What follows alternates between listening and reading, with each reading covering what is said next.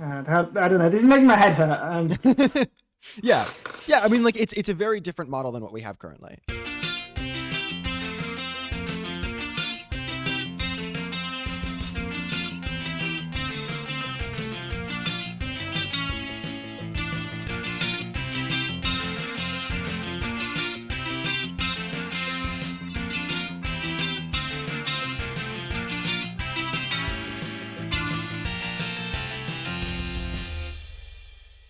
Sweet.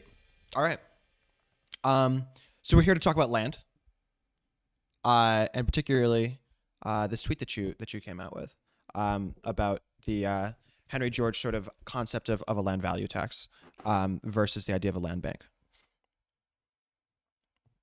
Yeah. So this all started with me wondering about how the land tax deals with land reclamation, and how the economics of that all works out. Yeah. So I mean, I think Henry George himself probably didn't give enough thought to this, frankly, because it wasn't as much of a thing that people were conscious of at his time. Right, he was in the 1800s. At the time, it's true that New York was somewhat reclaimed. It's already true that the island of Manhattan had already sort of been enlarged artificially. But broadly speaking, there certainly weren't the projects at the scale of like Qatar of today, or the scale of a number of places across the globe of reclamation. Yeah, I mean, like there's like the Japanese airports. Exactly. When Yep, Japan totally wants right. to build an airport, they just make some land in the They make sea. the water. Yep, exactly right.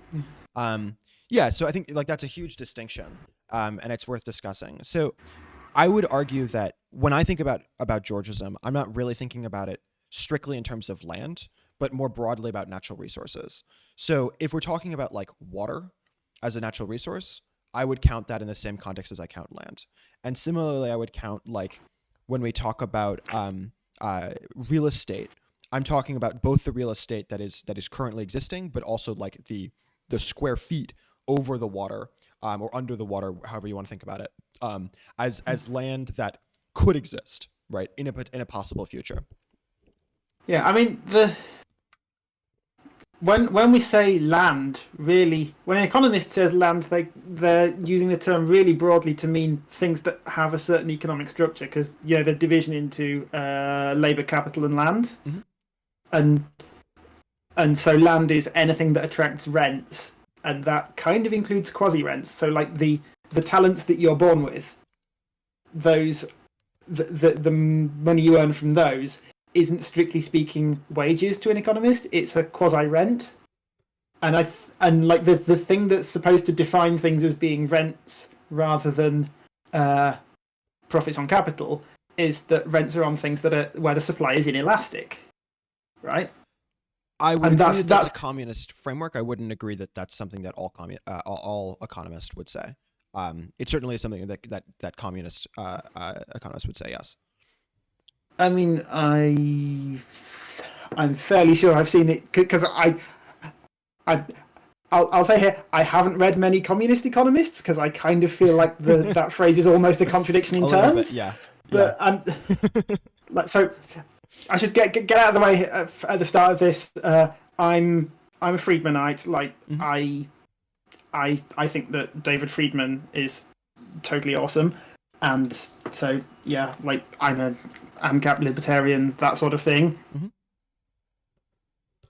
But yeah, in the economics I've read, that seems to be at least some economists seem to use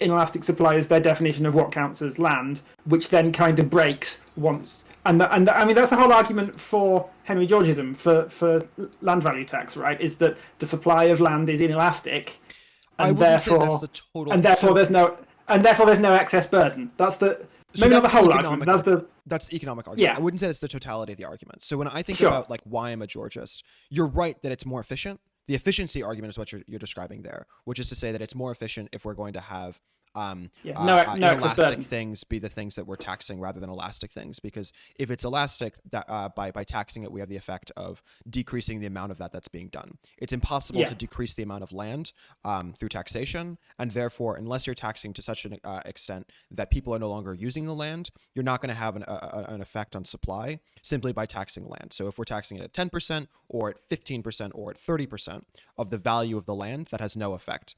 By contrast, taxing property, taxing the value of infrastructure, certainly does have an effect, because you can make a conscious decision whether or not you want to build infrastructure. Exactly. Yep. Yeah. So that's definitely one component of the reason that I support it, but it's not the only reason I support it. The larger reason that I support it is because at a fundamental level, I don't believe that like natural resources, which no one worked to create, belong to an individual. I don't think that that's like a valid thing that you can frame, because the only way you can get to that ownership is by excluding everyone else from that ownership. And given that you didn't do any more work than anyone else to create the land, I'm just not comfortable with that. I mean, I can certainly see the legitimacy of that argument. The only thing that sort of gives me a bit of a problem with that is that whatever you, some entity has to own it, right? If we're going to say that taking something out of terra nullius into private ownership is like enough of an appropriation, that there has to be some kind of consideration, which is essentially what this is, then that implies that there has to be some entity that has a pre-existing claim of ownership, and like that entity doesn't have any obvious source either of their claim. So okay, I would argue, and I feel free to disagree with this, but I would argue that when I think about like who owns the air, my answer is no one owns the air. Now, you see, the problem with that is sometimes phrased as what no one owns, no one will care for. So that's actually sort of the sometimes phrased as the Coase theorem. That's actually sort of like the second component of what I was going to say. You're totally right that because no one owns the air, historically, we've had some real problems about air quality. I live in Pittsburgh. Yeah. Certainly the history of Pittsburgh is not great. The history of Chicago is not great with respect to air. We think about smog in places like Lagos, Nigeria today, or across China, across any number of places. There's a real problem about the fact that the air isn't owned by anyone. And so the way that we've built legislation around that is that the government is the one who is, practically speaking, the one who owns the air. In terms of the government is the one who's able to sue if you're polluting into the air. The government is able to, practically speaking, they're the ones who own it. Now, I don't feel comfortable at an existential sense, like saying that, the government is the one who owns the air. That seems ridiculous to me. But it is like from a legislative perspective. Yeah, that is it. I mean, effectively, that is certainly the way. Not just the air, but essentially anything at the moment, anything within the borders of a country that is not owned by a specific individual is effectively owned by the state. Yep, exactly right. And yeah, so in my and at that point, you go ahead. No worries. So in my perfect world, I would treat land much more like air than we currently do. So what I would do is I would say, okay, obviously, from a practical perspective, it makes a lot of sense to ensure that certain land is monopolistically used, right? I don't want, this is my apartment. I was really pissed off this morning because I was woken up because the landlord came in wanting to do a tour without giving me a 24-hour warning, which is something was built into the contract. So I was super pissed off. And that's something that's an example of like the reason I was pissed off is because I want to have monopolistic control over this apartment for this given window of time, right? And I think that's perfectly reasonable for people to have monopolistic control over space for a given period of time because it's just much more ownership practical. But ownership and use, exactly. Ownership and control is not the same. Ownership is like the question of should I be renting this from I should clarify, they're not actually that terrible. This is the first time that they screwed me over. But like in this particular moment, I'm mad at them. That's fine. But like they are an example of a private organization that in part is providing a service, right? And the service component is valuable, right? They are the ones who built this this apartment, right? They're the ones who, are providing water. They're the ones who are providing electricity. They're blah, blah, blah, blah, blah. They're doing a bunch of different stuff. And all of that stuff, right? The maintenance and all of that, I'm totally comfortable paying someone for doing that. What I'm not comfortable for is paying them for the access to the land that undergirds that, right? So I think the land component should be something that is being provided to society. That's a very difficult thing to do. It's very difficult to break those down. And so the way that I sort of get around that is I say, instead of sort of trying to do that differential, I just say the land is the land.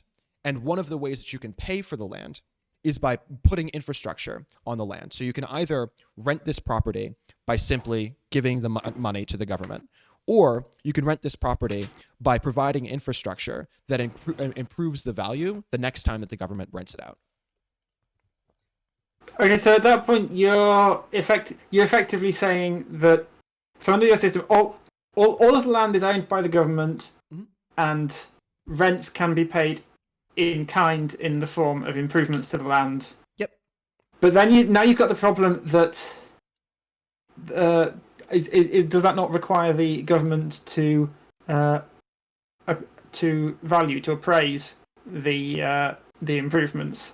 Yeah, it does. And because ideally, what you want, as with anything, what you want is some kind of market mechanism that is going to ensure that the valuations are fair. It's like the old trick with if you want to have. Not that you ever do, but if you wanted to have a wealth tax, for instance, the way that you rate people's wealth is you say you enter an amount of money that is the value of everything you own, and you are agreeing to sell it all for that value of money if anyone comes along and wants to buy, and that then forces you to be honest. Yeah. Exactly right. So yeah, I think that's a so then you've got the kind of in that kind of thing, you've got a market mechanism that's forcing the valuations to be accurate. Yeah. Whereas I don't see immediately how you would get a system like that into. Yeah, for sure. So the problem with that as a way of doing it, it's a totally valid way, and you're totally right that it is a problem, that appraisals are hard, and appraisals are not perfect by any stretch. There are certainly examples of some states that do them much better and other states that do them much worse, but you're totally right that this is just at a generalized level a problem. The problem with what you just described is it's very difficult, near impossible, to differentiate in that context when you're just saying, like, here's the value of my property, right, and I will sell it for this given amount. There's no way to do that as a land value tax comparative to a property tax. There's no way to differentiate the infrastructure component. Exactly. Yeah. You can't separate out the unimproved value. Exactly. I agree. That's what makes it. That's why that mechanism is inapplicable to rating the value of land for Georgism, and that's one of the problems that I'm still looking for a solution for. For sure. Is how we do that. If I could find a way to differentiate those, if I could find a way, I mean, ideally you'd find a way to make it so that when you build buildings, right, that would be completely separate from the land itself. I'm not, like, at a generalized level, I'm not comfortable saying that the only way that you can, like, make money off of it is by renting out, subleasing, right, from the government to these individuals having already built this infrastructure.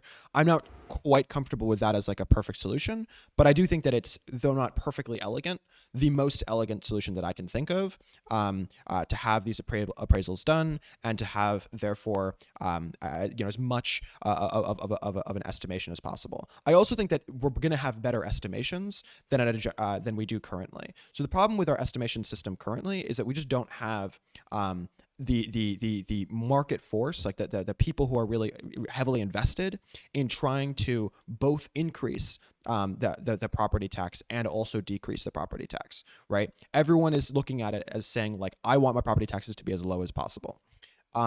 If by contrast you are if you're basing it on rent, right, the people want the rent to be as low as possible when they're the renters.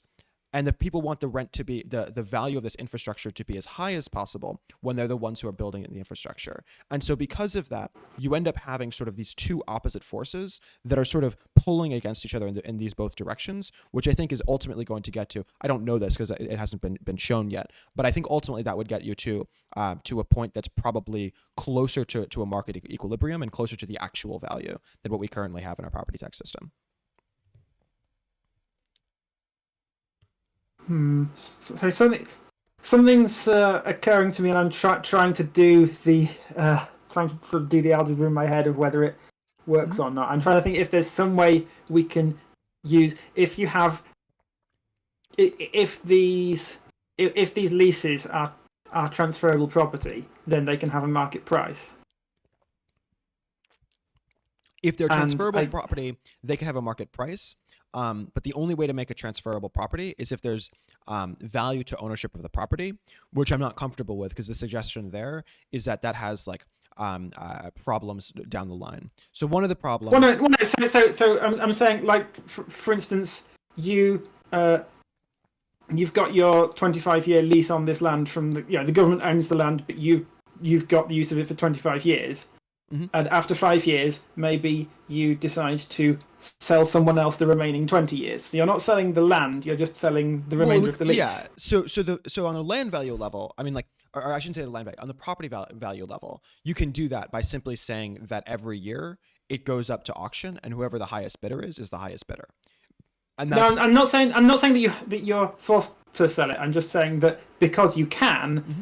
That means there can be a market price mechanism for it. Yeah. So that's a way of finding the property tax. But the question is, although actually now you say auction, actually that might make what I'm thinking of work. Yeah, for sure. So every year, so presumably you don't want to have auctions literally every month because that's just wildly inconvenient for everyone. Presumably you do it on like a 1-year stint, right? So at the beginning, let's say this is apartments near a college, right? So presumably at the beginning of the summer, you would have them rented out for the year. Now that because I'm saying the beginning of the summer rather than the end of the summer, because perhaps you might have some people who say, well, I really want it to be furnished. I really want it to be, well lit. I want it to be, have a bunch of like amenities that come with it. So potentially you might have companies that would pop up that would rent it out at the beginning of the summer, clean everything up, make it all nice and fancy for everyone, and then rent it out to students for the rest of the year once the actual school year turns around. So I'm perfectly comfortable with like these subleasing programs because the people who are making money there as landlords, if you will, the only value that they're getting there isn't the value of the land, rather they're getting the value of the work that they've put in, because otherwise someone would just be able to rent it out themselves and like not have the sort of amenities that they're being provided. And I'm comfortable with that. And I also think it's much better than doing it every month. So what I'm thinking is, given that we've got a market price that's able to be established for the property as a whole, mm-hmm. when someone makes an improvement, we can potentially see how that market price changes. Exactly. Yep. And exactly. That changes the value of the improvement. Yeah, so it's a little bit more. But I'm not sure if we can. But the trouble is that the incentives of the people making the improvement are then to just refuse all offers to drive the market price as high as possible to make the value of their improvement look as high as possible. So presumably the way you would market it is you'd say, okay, this is the value of the improvement by saying this is the value of the land last year. Then you refurnish the kitchen or whatever you did, and the result is that it's increased by 20%. Therefore, you've increased the value of this property by 20%. And this is to suggest that it's like going up for auction at that year later, right? And so the suggestion there would be that you've increased it by 20%. You would and if you have an auction, then people can't just rely on the status quo. They have to bid the new value. Exactly. And so then as the owner, you would now have two options. You'd either, right, continue to pay the 80%, or I shouldn't say 80%. I don't want to do the math here. I'm too lazy to do that. But like the value of it prior to improving the kitchen, you'd pay that now, and you'd be getting paid in terms of the increase, right? So let's say it used to be a $200,000 property, now it's a $250,000 property because of the improvements that you made. You would be getting you'd be getting paid by not having to pay the rental value until that $50,000 has been paid back to you through the exclusive use of that housing. That's one option. The other option is that you would say, awesome, like I improved this land. Now I'm going to go off and improve some other house somewhere else. I'm a builder, right? I'm a contractor, whatever you want to call it. And so now I'm going to be the landlord essentially for a period of time rather than the government, the stand-in for the government. And these people are going to be paying me instead of paying the government until that $50,000 increase in value has been paid back to me. And then from that point forward, now the government owns it. So now it's worth $120,000. So you maybe, if you now bid that $120,000 in the auction, now you then have to put that $120,000 in escrow for a year, so that you can't just bid arbitrarily high amounts because you're paying them to yourself. You can't just bid an arbitrarily high amount and say I'm holding on to this. Oh yeah, so yeah, you wouldn't be the you wouldn't be the one who'd be able to be making a bid, right? Because you've already made your bid. Your bid was the creation of this infrastructure, and so it's a question mark of how high that bid has to be. But I'm saying that you created that infrastructure, and now you're essentially you want to.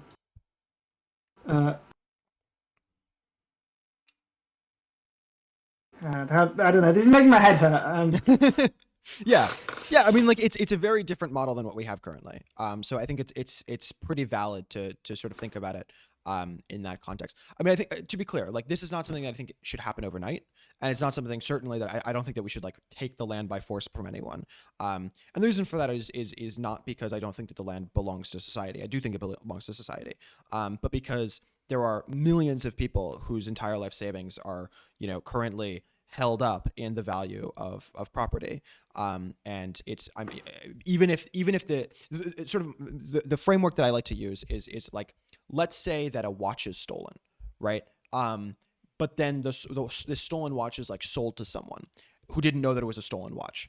I'm not comfortable saying that person should just like give it back without any sort of recompense, and that they have like a moral obligation to do that, in the same way that if the person who stole it themselves is caught, right? Like, and so when I think about like what our land system is currently, I would say that there are a lot of people who have been sold a stolen watch. There are a lot of people who are like currently a huge proportion of their sort of their money is held up in this, I would argue, immoral holding, which is to say land. But yet if your entire life savings are this house that you own, and the land underneath it that you own, I don't personally think that it's okay for the government to just take that from you. I think they have to buy it back. Yeah, I mean, obviously, I don't ever think that it's okay for society, nebulously construed, to just take something, unless you can, like, it's essentially if someone. So if in the case of your watch, effectively, the person who stole the watch committed two, I was going to say crimes, but torts technically. They committed two torts. Firstly, they stole a watch, and secondly, they defrauded the person they sold the watch to because they were representing that they had title to that watch when they didn't. So the in theory equitable remedy is that the watch goes back to the original owner, and the price of the watch is taken from the thief and given to the buyer. Right, that is what would make both victims whole. Correct, but the thief in this case. But in practice, that's difficult to do. So in this context, when I'm talking about the thief, what I'm talking about is the first person who murdered someone in order to take the land by force. That's the thief in my situation. Those people. The real problem here, of course, and why having government deal with this makes me a bit antsy, is because most of the time the successes in interest of the first people to kill people to take their land are kind of, well, especially over here, monarchy. Like, I mean, you're in the UK. Yeah, gotcha. Sure, I love the Queen. She's great. Rest of her family maybe less so, but I'm Team Markle, but that's a different conversation. Yeah. Anyway. Yeah.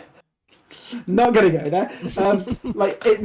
Most of the wealth of these European monarchies does effectively come from killing people and taking their land.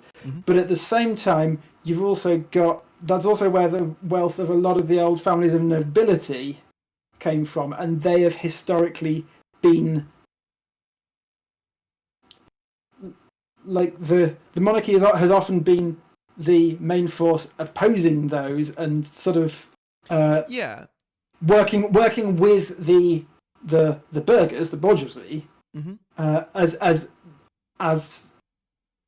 the opposition to the old feudal nobles. So it's like so I think essentially any time you make common cause with the state to defend the right of the people, that's only a marriage of convenience. I would agree. You should never trust them too closely. I would agree that it's a marriage of convenience, and I would agree that certainly that there are limitations to my trust. So I think that feudalism is a good starting point of saying that like feudalism is bad, and then from there let's build our policy, right? I understand that's reactionary, but fuck feudalism, it's bad. So my response would be to say that like when we think about a lord system, what we're describing, whether it's a private or public lord, is approximately the same. So let's imagine a circumstance where I own like all of Pittsburgh. All of the land in Pittsburgh belongs to me. That'd make me a very wealthy man. It would also mean that if someone wants to build a sidewalk, they have to come to me. It would mean that if someone wants to build a road, they have to come to me. It would mean if they want to have plumbing, they have to come to me. Water, come to me. All of these different things that we think about as governmental operations would ultimately fall back to me. And so when I look at most people think about that as governmental. I don't, because I'm a crazy ANCAP. Okay, fair. My point simply is that like these are public amenities that, because I'm responsible for all of the land, fall on my shoulders. So I don't think of the difference between Disney owning all of Disney World and Epcot. I'm imagining the Epcot as originally envisioned, which is to say an actual like housing community, right? Or the old corporate company towns. I don't think of that as being all that dissimilar from a private government. I would agree. In fact, I think company towns get a much worse rap than they deserve. I was reading the other day about I was watching a video from First Majestic Silver. I'm also a silver bug, by the way. I was watching a video from First Majestic Silver about how essentially when the COVID crisis hit and like the Mexican government were just from the perspective of the people living in these mining towns where these silver mining companies essentially run the town. Like the Mexican government were AWOL. They were not at all there to help these people. So the silver mining companies just stepped in and looked up, not just their own employees, but they looked after all the people in the town, all the people providing all the various services. The farmers nearby. They stepped in and looked after those because the existence of those farmers is necessary for their miners to be fed, that sort of thing. So I think the model of company towns actually works a lot better than it gets credit for. So I would disagree with you, and the reason I disagree is I would argue that is modern day feudalism. No, the important difference between this and feudalism is that in feudalism, it's absolutely tied to the land, in that essentially if you want to not if you want to stay on your land, then you have to be in fide to In a this company landlord. yeah, so in a company town where all of the land and all of the natural resources are owned by a given company, is it possible for you to live there without fealty at some level to that company? I mean, if all of the land were Mhm. were owned by that company, and there weren't there's not some kind of contract that's defining what that company's responsibilities are, then you can get into this state that is effectively like fealty. Mm-hmm. But I think so company towns as we actually see them in the world today, and in 18th 19th century industrial revolution kind of company towns, they haven't been that all of the land is owned by that company. It's just that that company owns enough of the land and is a big enough player in the economy that basically if you lived there. So if I owned all of the land of a given city, would that make me the feudal lord? I should clarify. I'm not saying just the land, but also the water, all the natural resources. If I own the natural resources of a given town, am I the feudal lord of that town? All of them.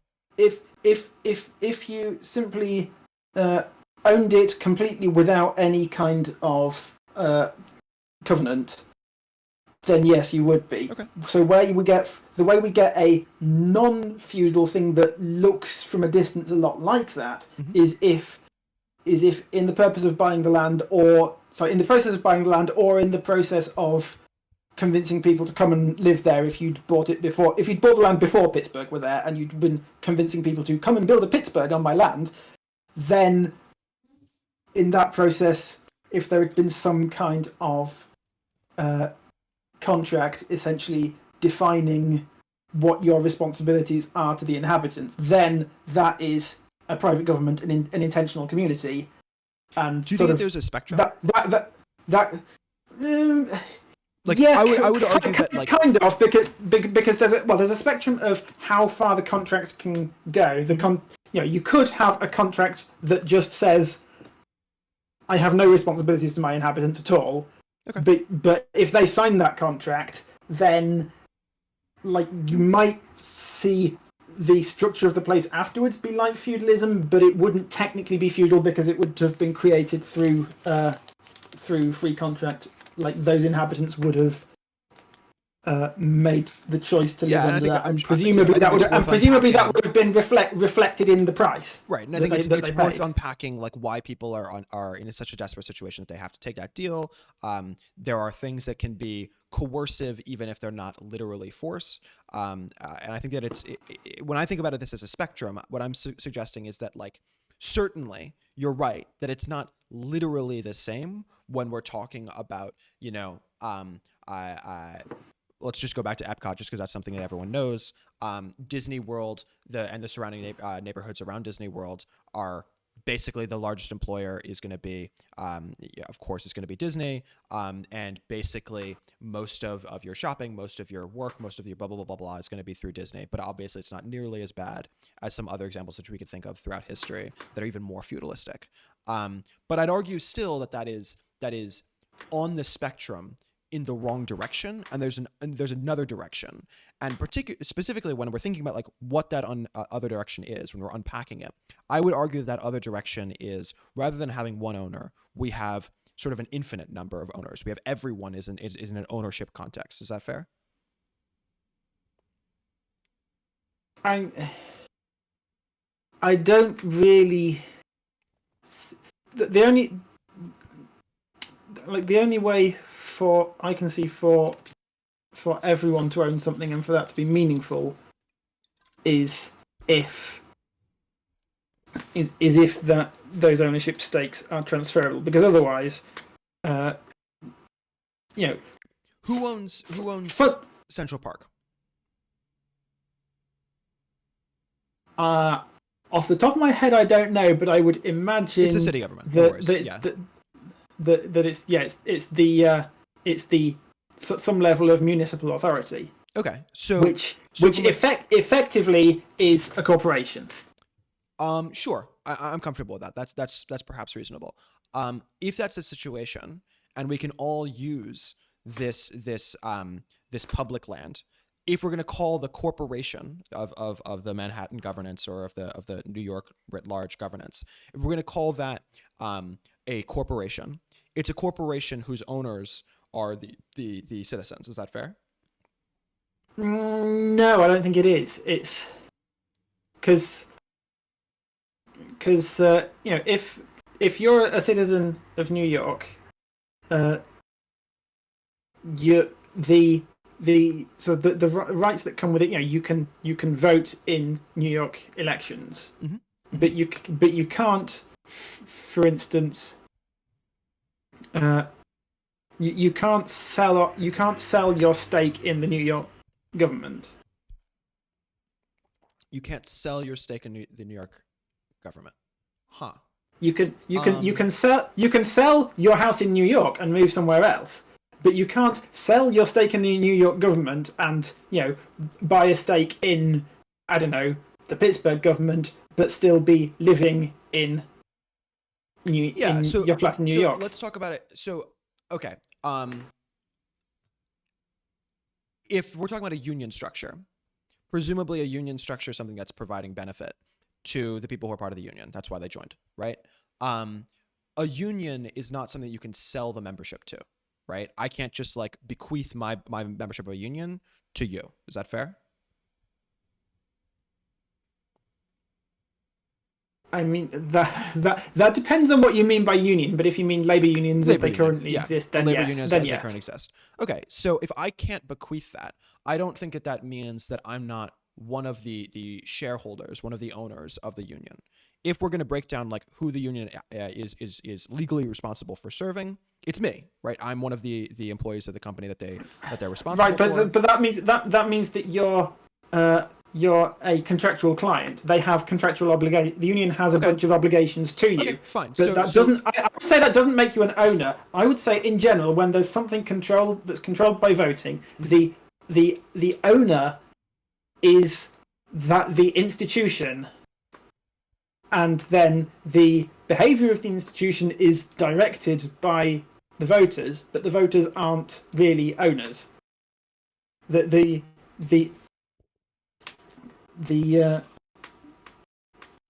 again, in essence, if we look at the government of New York, and the reason I say a corporation is partly because that really was how a lot of cities and towns, at least in the UK, were structured. Like Birmingham Corporation or whatever. That effectively a municipal government is a corporation that owns itself, I would say, because the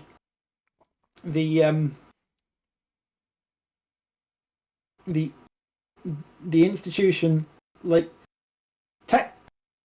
technically it can physically do whatever it likes, in that the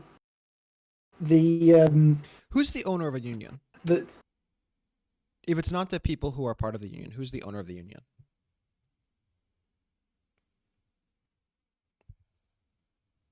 I think in effect I think in effect it owns itself.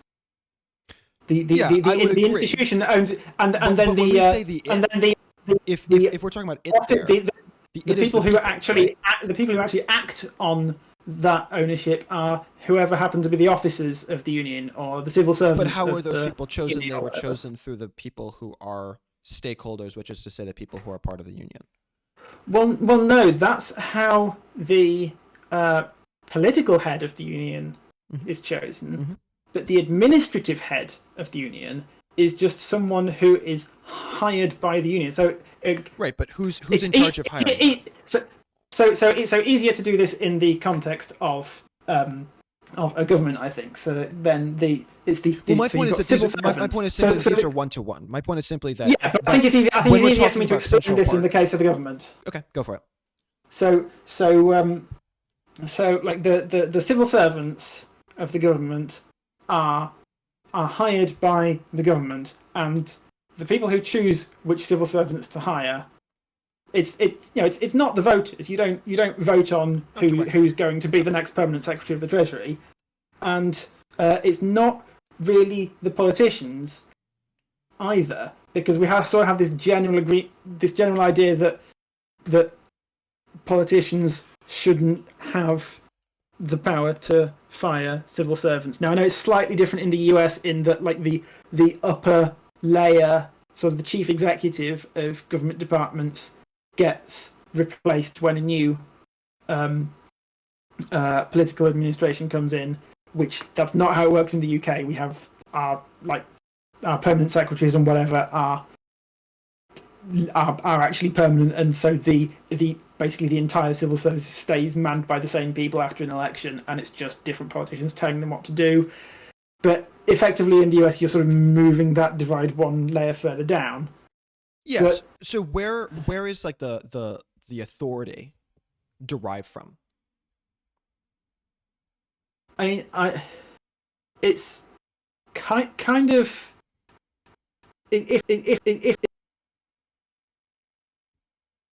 charter is of the institution in the first place, that the officials are in a government case often essentially sworn to that charter. But certainly that's what their job description when they were hired is do the stuff that charter says you should, which in a democratic government includes follow the directions of the politicians, but also advise them on whether those directions are a dumb idea or not. Right, but the idea is that's an advisory role. Ultimately, the authority is coming back from the citizens, right? The authority is coming from the charter. Right, but the charter is getting its authority from where? From the citizens, right? Well, no. For the charter to get its authority from the citizens would require that the citizens had all unanimously Not unanimous. No, that the citizens had unanimously consented to the charter. That's not because you can't derive your authority from you can't derive authority over me from something I haven't consented to. In order for Google to do something, does every single shareholder of Google have to get on board, or simply the majority of shareholders? No, but every single shareholder of Google has effectively signed Google's charter. By buying a share of Google, they're entering into a defined contract where Google's responsibilities in that contract and the authority that defines what Google will do is in turn defined by that contract. Okay, so this is a broad criticism of any contract that you did not personally join into.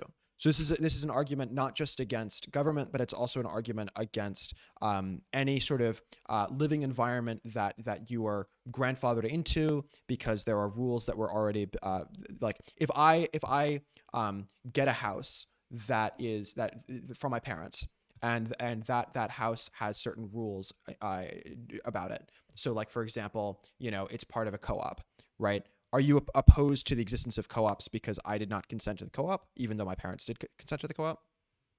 Well, no, because because like presumably the people to clarify the reason I'm saying that is like the co-op is a covenant, right? The co-op is a covenant, and that has become tied to the title. The Constitution was a right? Constitution was a covenant. So the creation but it wasn't of the a government. Covenant. The creation of the government, not government. I'm not saying I consented to the government, but the creation of the government was similarly a covenant, right? Well, but it wasn't even then a unanimous covenant. Right, and neither still was the covenant. But also like the covenant of that's true of all covenants, right? It's not like every single person who's an owner of Google agreed to to consent to every single action that Google takes. No, but the point is they have assented to Google's corporate charter when they bought the share, and that charter determines Right. how Google will decide what actions to take. the creation, and sort of that means they've indirectly consented to whatever actions Google ends up taking. In the creation of the government, every single person who was alive at the time of the creation of the government can be said to consent. Is that fair? No, I don't think so, because what in what way have they average Joe who was alive at the time, his signature isn't on the Constitution. Mm-hmm. Okay, so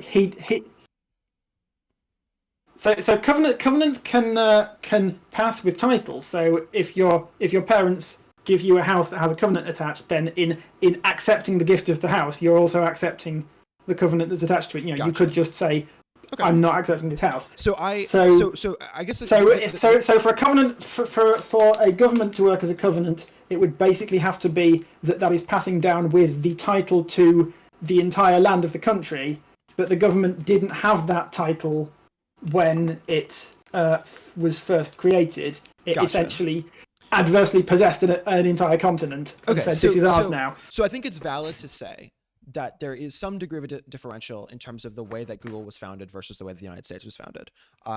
Valid. That said, as someone who is now a owner of Google, because my parents bequeathed me stock in Google, I did not consent to the contract of Google, and so that's a problem in terms of like my relationship with Google. And similarly, I did not consent to the government as it's currently framed, and that's a problem in a similar context as it is Google, because I'm not one of the founders of America. I'm not the one who made the rule set of the Constitution. I'm not the one who made the rule set of the Electoral College. Some of these things I might disagree with. I might disagree with the way that we have the Senate built up. I might disagree with blah blah blah blah blah. Right. But all of those are examples of things that I was born into because I was born into a shareholder position as an American citizen. And similarly, I didn't agree to the rule sets that Google has designed. But yet, when my parents left me, $1,000 in Google stock, now all of a sudden I am responsible and I'm held to account in accordance with those rule sets that have been designed at a societal level, or at a Google-wide level, rather.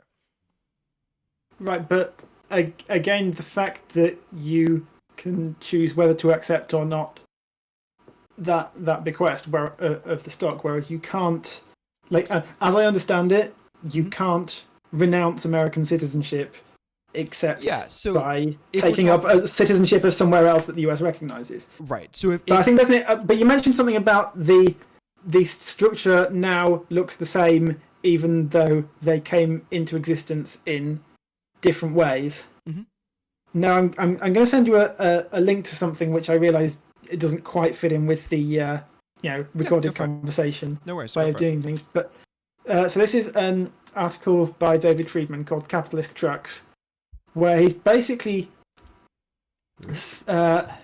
saying, you wish to buy a truck and have a choice of two. One was built in Detroit, one was built in the Soviet Union. Which do you choose? Most people would choose the capitalist truck. Why? Both are trucks. If they're identically built, they should function in exactly the same way. Why does their history matter? Why should we care about the ideology of a truck? The answer, of course, is that the two trucks are not identically built. The capitalist truck was built under a system of institutions in which people who build bad trucks are likely to lose money. The communist truck was built under institutions in which people who build good trucks are likely to lose money, and often other things as well, since the result of building good trucks is likely to be not meeting your assigned quota for the month. So it's like this idea that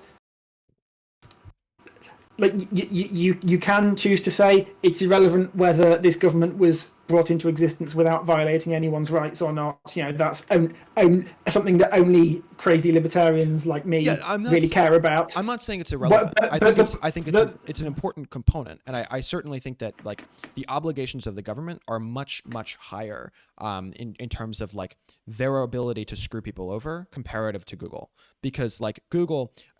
I think it's totally valid to point out that Google, I can just sell my stock from Google, and it's very easy to do that, and I just move forward. It's very difficult for me to just sell, denounce my American citizenship and just move somewhere else and just go for it, man. Particularly if I'm poor, right? If you're wealthy, then you potentially might be able to do it. And like most, you might be able to get a job somewhere else, and certainly you can buy your way into a third world country if you really need to leave America for whatever reason. But I'm not quite comfortable saying that simply because I would say a similar thing about okay, I think that you have a higher obligation in your familial relationships to children than you do to adults, because while your partner can leave you because you're, I don't know, not paying attention to them enough, and that's totally valid, your kid can't leave you because you're not paying attention to them enough. And so I would argue that you have a higher obligation in that sense to pay attention to your kid than to your spouse, even though the relationship is a similar one, because one of them can leave and the other can't really. Yeah, I think that's okay. But I don't think that's pretty close to what I would say. Yeah. Exit rights is a term we use a lot. Exactly. Yep. Totally right. Yep. Yeah. So the ability to exit as an American is much harder than the ability to exit as a Google owner. However, I don't think that ownership is all that dissimilar, and therefore when I ask who owns Central Park, the answer is the people who are owners of the government thereof. The people who live in Manhattan, who live, I assume it's owned by New York City. I'm not quite sure, but I'll go with that. The people who own New York City, which is to say the residents of New York City. But I think saying that New York City is owned by the residents of New York City is it feels like wouldn't it be nice to think so? Because in practice, I really don't think it works that way. I think in practice that the ownership model, the way that ownership manifests, is sometimes problematic. I think that there is corruption. I think that there are levels of bureaucracy that get in the way of that ownership, and frankly, I think some of those levels of bureaucracy are probably necessary, right? I don't think that simply because we all own Central Park that we should all be able to do whatever the fuck we want in Central Park, because that would result in I don't know if you know this, but there's this concept of the tragedy of the commons, right? And the tragedy of the commons is if everyone, so a good example is lobsters. So if you compare the lobsters of Australia to the lobsters of Maine, there's a huge difference. And the difference is that in Maine, basically, if you want to fish for lobsters, you can do that. And the result is that there are a bunch of people who are fishing for lobsters, and they're overfishing, and it's depleted the number of lobsters. And the result is that actually there are many fewer lobsters now than there were not that long ago. Compare that to Australia, where you have to get a fishing license. That's a very expensive fishing license. That money goes to provide local, I believe it's local, I'm not sure, it might be national, services for the government. And that money is now accrued for society, but also it means that there are fewer fishers, and the result of having fewer fishers is that now they're able to have a larger lobster supply in the ocean. And so actually, in a practical sense, there's actually more lobsters now than there were 100 years ago in Australia, compared to in the United States under Maine, where they aren't taking into account this tragedy of the commons. And the result is that now there are many fewer. And so it's much harder to be a lobster fisherman in the United States, and there's fewer of them compared to had they gone with the Australian model. Right, but now this is where I get to go to what David Friedman calls the killer joke of economics, the Coase theorem. So essentially, what you've just described is, firstly, it's an externality problem. Yep. In that, if I fish a lobster, there are fewer lobster left for you to fish. Right. And then the Australian solution is the Pigouvian taxation. Yes. Essentially, the idea that we find a you find things. We put a price on fishing a lobster. Yeah. So to clarify, Pigouvian taxes are about things that are problematic behaviors that just at a generalized level, which is I think a little bit different than specifically targeting natural resources. So I believe that the lobsters belong to everyone. I don't believe that the lobsters fundamentally belong to any individual. I think they belong to society, because I think they're a natural resource. I would say that they don't belong to anyone, but in the comment section, but whatever. Sorry, what were we saying?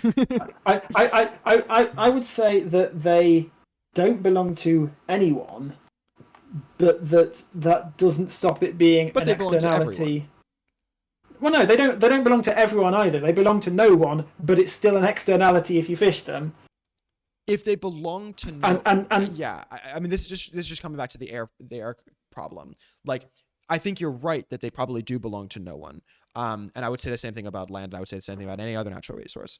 But in a practical sense, if they belong to no one, the only way to make that an equitable exchange is to say that they're belonging to everyone. That's why we have, in a legal perspective, we pretend that the air belongs to the government.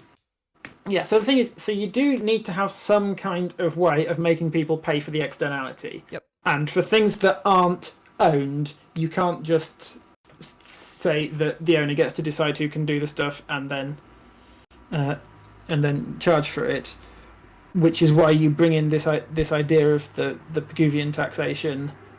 And then at that point, I just don't think I'm just not quite comfortable with you calling it a Pigouvian tax. Like the Pigouvian suggests that like a Pigouvian, an example of a Pigouvian tax is the tax on like soda in New York, right? So De Blasio, I think it was De Blasio, it may have been Bloomberg, but one of the mayors of New York put forward a tax that says that you have to pay extra for large sodas, and the reason for that is because there was an estimation that there's like a cost to the healthcare provided to people based on them using having too much soda and therefore getting diabetes and blah blah blah. I would say that's not a Pigouvian tax. I would say that's not. I'd say that's not a Pigouvian tax because fundamentally, economists would call it a Pigouvian tax. Well, there's no intrinsic externality. There's nothing in there that is of necessity an externality. What there is, if there weren't a healthcare system, right, then me drinking a large soda and getting fat and getting diabetic. But it's not just like we're not talking about universal healthcare here. We're just talking about like people take the ER. People go to the emergency room more likely if they get diabetes and other things like that. So unless you're suggesting that you're opposed to publicly provided emergency rooms, this is an example of Pigouvian taxation, right? I mean, I'm going to stay out of that discussion for now because I have very complicated and also not quite entirely fully formed views on how to deal with healthcare. Sure. But if we sort of, if we ignoring the question of whether it should exist or not, if there weren't if the relevant health costs were being borne privately, then there wouldn't be an externality involved. So the externality appears when essentially people are able to increase their healthcare costs in ways where those costs aren't being borne by them. So they are now. You've now got the moral hazard that they are not going to take into account those costs when deciding on a course of action. Yeah, sure. And then you're dealing with that moral hazard by introducing, like trying to define a Pigouvian tax in different ways. It may be that there are certain libertarian economists that I'm not aware of who define it in the way that you're describing. My only point is simply that there's a difference in terms of the Pigouvian tax of stuff that's being provided to society based on what the government chooses to provide to society. So healthcare is an example, comparative to things like that are what you're describing as Pigouvian from a perspective of natural resources. That's simply the whole point of what I was trying to say there. Okay, it sounds like we're just arguing over the definition of a word. Yeah, and exactly. That's it's futile. It's a futile. Yeah. So okay. So yeah. So we'll call it. So yeah. Going back, taxes on externalities is the. Sorry. The fishing license thing is specifically natural resource externalities, right? Not all that's my point. Not all externalities, but specifically natural resource externalities. I mean, putting my economist hat on again, I don't see why those ought to be special. But the thing is, leave that argument aside. Okay. The point is that. Are you familiar with the Coase theorem? Ronald Coase, the problem of social cost? No, I'm not. Okay, so Ronald what? Ronald Coase. I'll Coase. COASE. Yeah, and what's the name of the thing? The problem of social cost, I think. Problem of social cost. Okay. University of Chicago. I am pulling up here we go. a thing. Yeah. Okay. Do you want to describe it? Yeah. Yeah. So he's it was a series of three insights about externality problems, really. Hang on, I'm gonna dig up a different document that's going to allow me to.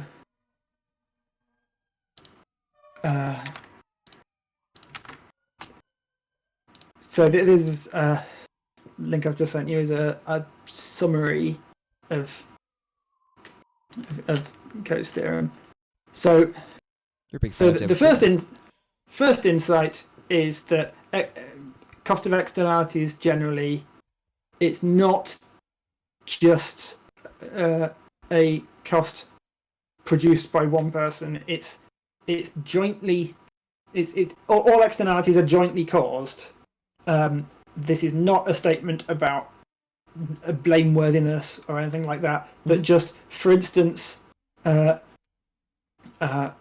example given here is, I would not be coughing if your steel mill were not pouring out sulfur dioxide. But your steel mill would do no damage to me if I did not happen to live downwind from it. Which is to say, it's natural a joint decision.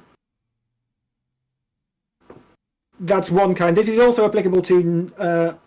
What's an example? What's an example of this that doesn't have to do with natural resources? So one that he talks about here is in the common law of nuisance. So noise. But noise pollution is an example of pollution. That's to do with natural resources.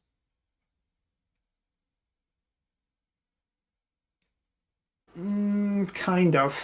I mean, directly, right? If you're defining natural resources very broadly, so that you include like Euclidean space as a natural resource, of course I do. Then yes. But at that point, it starts to be. Natural resources are just, when I say natural resource, all I'm saying is like stuff that no one worked to create. So no one worked to create the quiet. Like that sounds sort of like guru kind of like wishy-washy, but like it is true. You know what I'm saying? Like no one worked to create. Yeah. But it does exist, and then to destroy it is like a problem, right? There are health costs to that. There are social costs to it. All of that. Right, but it's like I guess what distinguishes that from at least some kind of natural resource things. There's if you've got a problem of noise, one solution is to reduce the noise. Mm-hmm. Another is to soundproof the houses. A third is to use the land near the noise-producing thing for more noisy factories instead of housing. And there's no particular reason to think that one of those solutions is always best. So I think that's a good example, and let's frame it in the context of water. So one solution when pig farms are destroying the water supply by like having their pigs sort of run off directly into it.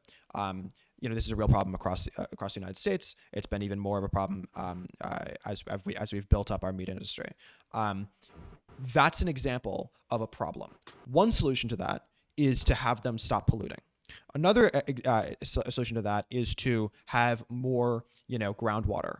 Another solution to that is to have desalinification, so that we can have like salt water become fresh drinking water. Another example is like the New Water program in Singapore, where we can reuse water through our sewer system. These are all examples of ways to fix it. But certainly we would accept that it's a cost to society to fix this problem, because these pig farmers are like responsible for allowing their pigs to pollute into the water supply. So I would say that like the responsible actor there, even though there's a variety of solutions, the responsible actor there is the pig farmer. And similarly, in terms of allocating sort of moral culpability, yes, I'm not disagreeing with you there. But the point is, if your system of dealing with these kinds of externalities is what I would call Pigouvian taxes, then you that's only gonna guarantee the efficient outcome if you know that the lowest cost avoider, if you know that the best way to deal with it is to stop the pollution. Because if the best way to deal with it is to bring in the desal plants or whatever, Mhm. no one's got it looks like no one's got an incentive to do that, right? Because what if I build a desal plant, all I'm doing is meaning that I can no longer stop you polluting the water, but like so I'm spending to build a desal plant and not gaining anything in return, Right. and just making life So that's cheaper why for you. it should be. That's why, like, from a perspective, in my view, and as a Georgist, my response would be to say, okay, because that's something that's a costly thing for society to pay for, the one who's responsible for paying for that is the one who's responsible for this negative externality of pollution. Right, but the problem is that if you're just doing it with a Pigouvian tax, this is the first insight of Cozy's first insight, which that nothing works, is if you can't guarantee that your regulator can figure out who the lowest cost avoider is, then you're going to have a lot of people inefficiently stopping the runoff from their pig farms when they could have just built desal plants instead, because they're the ones that they pay one of those costs but not the other. When we're unpacking, obviously there are more externalities than just the water supply when we're talking about the pollution of pig farms. I don't want to get like super caught up in this particular example of the pig farm, because I think that there's a lot of like, we'd have to unpack a variety of ways that is an externality, right? Most pollution is not just a problem in one specific aspect, right? But we'll ignore all those complexities, and basically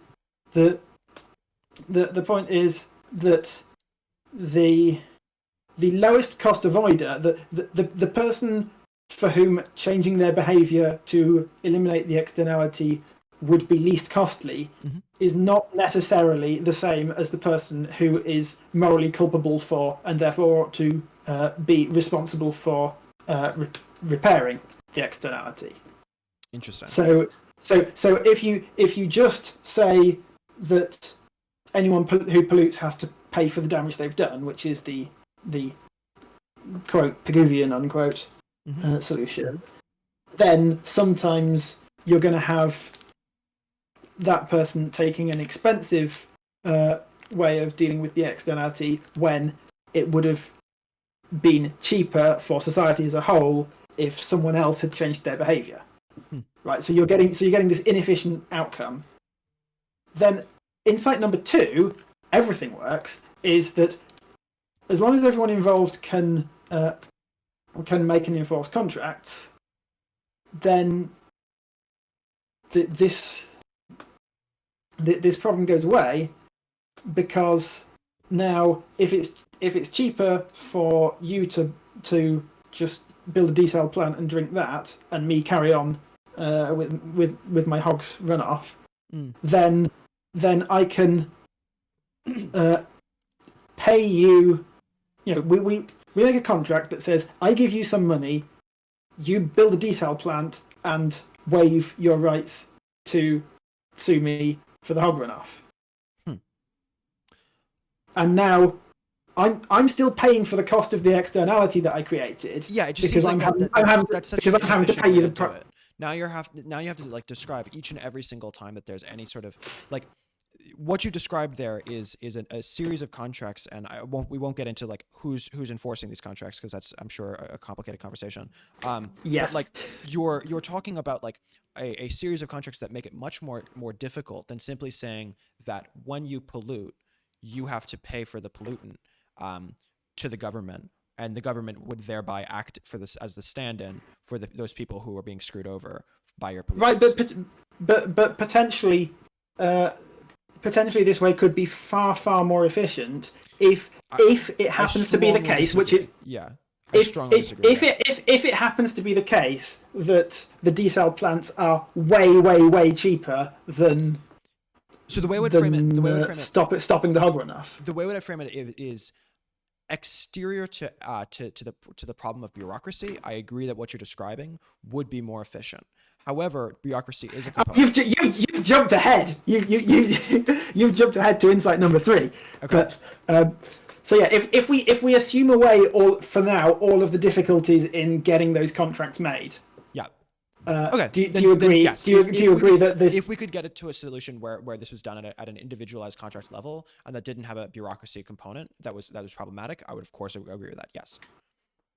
Okay, so that's. But the problem is that there are real problems around that. Yeah. Okay. So what we've got so far, insights number 1 and 2 to get put together give us Coase's theorem, and an important thing to note before I state it is that from the perspective of getting to the efficient solution in terms of who takes the action to avoid the externality, it doesn't matter who has the initial right as long as it's clearly defined and can be traded. So if you have the right not to have your water polluted, then I have to buy that right off you. Sure. And I have to pay you enough that you can afford to build a desal plant. Sure. But if initially, actually, to clarify, not necessarily for desalinification. You could imagine places where they would accept a certain degree of pollution, not to have a solution to it, but simply because they need the economic value that you're willing to provide to them. So if you were willing to provide me $1,000 a year and that wasn't enough to get to desalinification, maybe I would just import water from somewhere and not necessarily have water come directly out of my tap, which is a problem. But if you're willing to give me $1,000 a year for it, hey man, maybe. Right, depending on my circumstances. Yeah, I mean, again, that's a different form of you being the lowest cost avoider.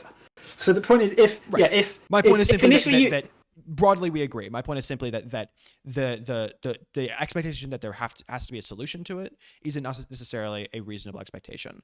So like if you're in a fair circumstance, you might accept some degree of pollution and some degree of cost, so long as you're getting something in return, which is to say, from money. From a social and real world perspective, everything you've just said is perfectly valid, and I agree with you. Okay. From an economist's perspective, the distinction you have just drawn is irrelevant to the straight lines I want to draw on graphs. It's immaterial from a perspective of designing economic policy, but I think it's material in terms of designing actual social policy. Yeah, fair. Yeah. Go on. So if you have the right for your water not to be polluted, then I have to buy that off you. Yep. Conversely, if the initial setup of things is that I have the right to pollute your water, and it turns out that I'm the lowest cost avoider, then my response is that then I can sell you that right for more than it costs me to stop polluting. Right. So obviously that's morally wrong. My statement is that natural resources belong to all of us, and therefore we have to treat them as they. I'm not disputing that at all. Gotcha. I'm just saying that from the perspective of getting the correct cost allocation perspective, it makes sense.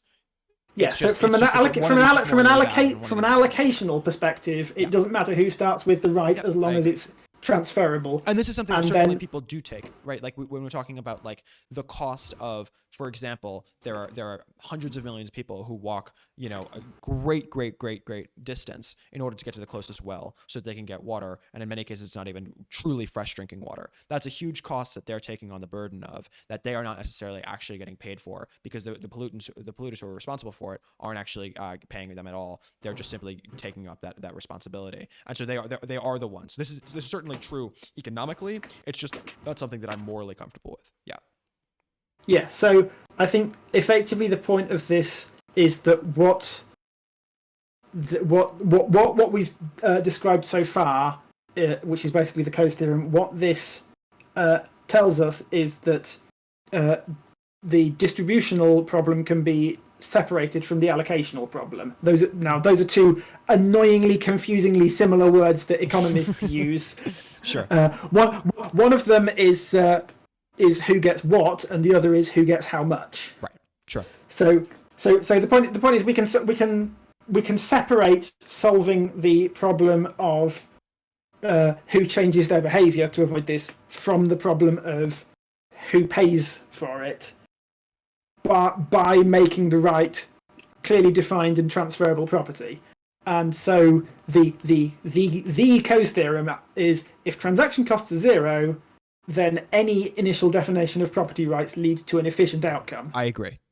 From the allocational perspective. In that sense, I agree. The transaction cost is not zero, but I agree that if the transaction cost was zero, and that is indeed that is insight number 3, which is that yes, it all depends on the transaction costs, and now sometimes that can be things are being defined by a government. That government is bureaucratic, and getting the government to notice that, hey, we could make everyone happier by moving this right one way and some money the other way.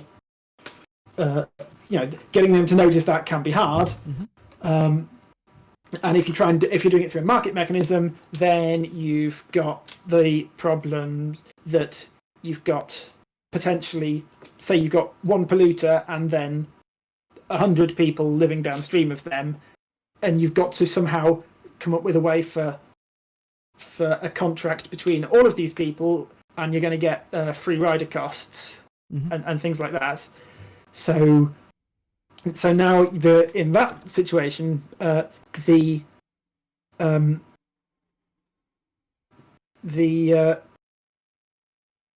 in the inverse situation, it's the holdout problem. If the right lives on the other side, then these bargaining costs that are there for essentially game theoretic reasons, those are also transaction costs from the perspective of the Coase theorem. So one way of looking at this is to say that really externalities per se aren't really a problem in the way that we naively think they're a problem.